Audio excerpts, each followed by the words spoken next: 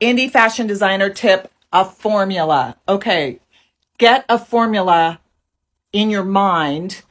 If you're artistic, this is hard to do, but basically I'm going to show you my formula with this one item that I sell really well of, which is my camo, upcycled, recycled vintage pieces.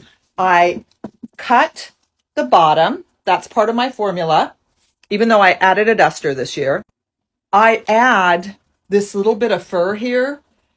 This is a big plus. There's some women that will not do a whole vest of this Mongolian lamb fur, but they're going to do like this little touch makes them feel feminine. And then what I do normally is I add, well, this one doesn't have it. I always add something on the back.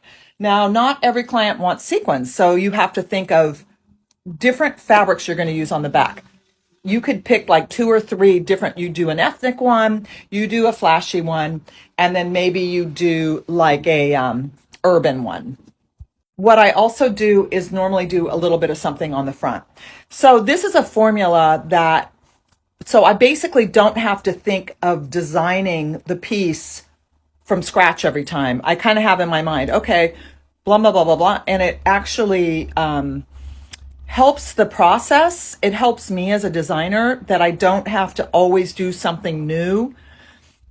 I think that's more of me being an artist than a designer, but I'd like to make things different. Like I get bored of doing the same things. But again, when you have a formula that works, just do the formula or get your intern to help you with the formula.